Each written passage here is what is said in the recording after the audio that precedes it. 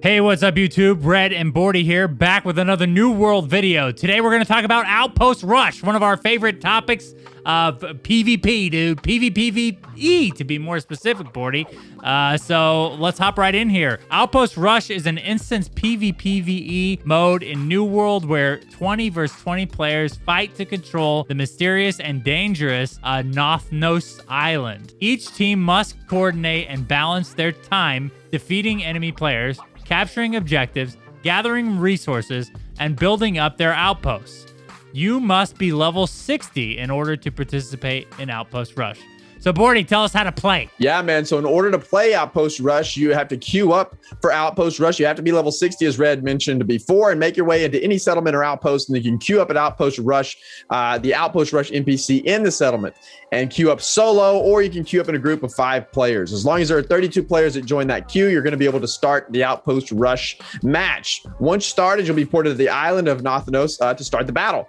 Once you're on the island, each team will start their own fortress. Between the two forts lie 3 outposts of Luna, Sol, and Astra. Each of the outposts can be captured by standing inside the capture point located in the center of the outpost. Your team will gain points for holding the outpost and killing enemy players. So here's how the scoring works, Red. So holding an outpost will grant 1 point every 3 seconds, and killing a player is worth 1 point per kill.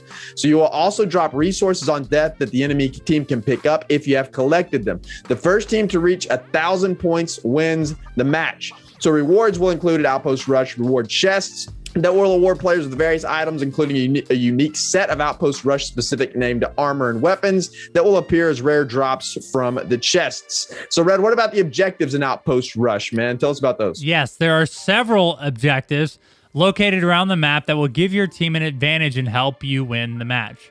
So the Baroness Hane, she's a frozen ghost, is a powerful creature that spawns every 10 minutes.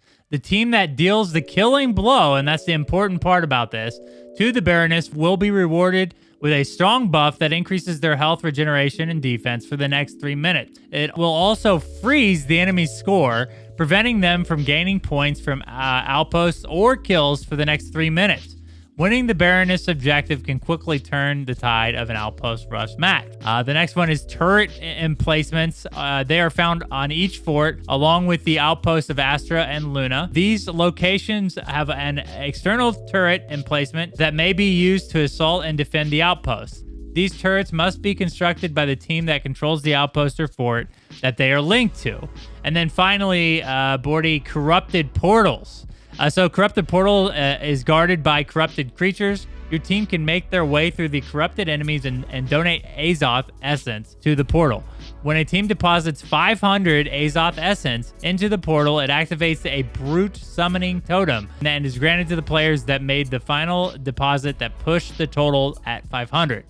So the players that obtain the summoning totem can make their way to the summoning circle to use the totem. The summoning circles are located in various key points around the map and are stone platforms that allow players who have acquired the totem to summon a monstrous ally that will defend that location from enemy players. Why don't you tell us about the resource objectives in Outpost Rush? Yeah, man, absolutely. So as you explore the island of Nauthynos, you'll be able to gather resources to help your team win the match. So these resources are used to reinforce your outposts. So they're an integral part of winning an Outpost Rush match. So you're going to have people gathering these resources if you want a chance at winning. They're very, very important. So don't discount going out there and gathering them. So there are 4 resources that your team will want to gather, and you're going to get infused hide. And I think Red talked a little bit above about like kind of where to gather these resources, but infused hide. So wolf dens are home to several wolves, including a massive alpha wolf, which will provide a large amount of infused hide. Infused hide can be used along with other resources to reinforce your outpost. And then, of course, infused wood. Ancient groves are areas that are going to have a high concentration of infused trees. So these areas are protected by aggressive dryads that you have to kill in order to access the resource. So then we have infused ore. Infused ore mines are the only place you'll be able to find and mine infused ore veins. The mines are overrun with the corrupted, including corrupted ogres, Ugg, and Doug, who guard the largest vein of infused ore. So if you kill Ugg or Doug, it's going to provide you with a burst of Azoth and a Wraith summoning stone. So those are very important objectives as well.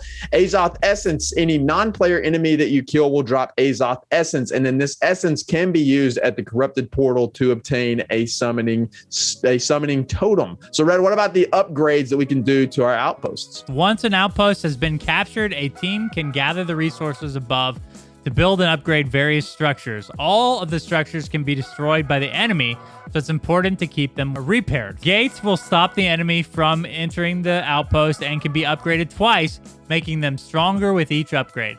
Protection wards prevent the capture of the outpost and provide a respawn location for the team that owns the outpost. Siege weapons can be built on the ramparts of each outpost, and then a command post can be built that will provide your team with increased damage and armor. Your command post can be upgraded twice, making it stronger with each upgrade and increasing the buffs. So, dude, again, like all of these mechanics here, gaining buffs from the Baroness, building things up in your outpost to give buffs to your team, all of the things that you can build and craft in this game mode, dude, this is kind of shaping up to be one of these unique game modes that sets New World apart from other MMOs. Yeah, absolutely. It's going to be a blast to play Outpost Rush for sure. A lot of these objectives are very important. A lot of these things that players are going to have to learn over time to make sure that they time the Baroness fight perfectly, because that's going to be an incredibly important one, going and stealing the Baroness from the other team, kind of like stealing Baron from another team in League, or the Dragon from another team in League. Very cool stuff, man. It's going to be a lot of fun. So we also have structures here, Red. So at each outpost, there are structures in place by default that can be utilized by the controlling team. And Armory will allow players to spend Azoth, which is going to be acquired by defeating mobs and participating in PvE activities in Outpost Rush. You can purchase potions, powder kegs, ammo, Ursine summoning totems, and that's going to be used to summon a bear ally, and then you can purchase food buffs. So much like how a armory works in a siege, if you have participated in a siege before, it's going to be very similar, just with different items that you can purchase. You also have storage sheds. So this is a pretty important and unique to Outpost Rush as well. They are going to allow players to add infused materials and Azoth to be shared with their team. So if you can't build something, you can donate to the shed so the enemy cannot get your resources if they kill you. So if you're carrying around a boatload of resources in Outpost Rush, make sure you take those to the storage shed, because as mentioned before, if you die and you have resources on you, the enemy can and will take those resources from you to utilize for their team so they can reinforce their structure. So that part is very important. Yeah, dude. And I'm, again, really excited to play Outpost Rush. I think, or I hope in the future, they do consider making the game mode available to other levels other than level 60. I think that's the only qualm we have about this game mode, Bordy. Well, guys, it's been a fun one. Let us know what you guys think about Outpost Rush in the comments below. Don't forget to hit the subscription button, the notification bell for more New World content like this, and we'll see you in the next video.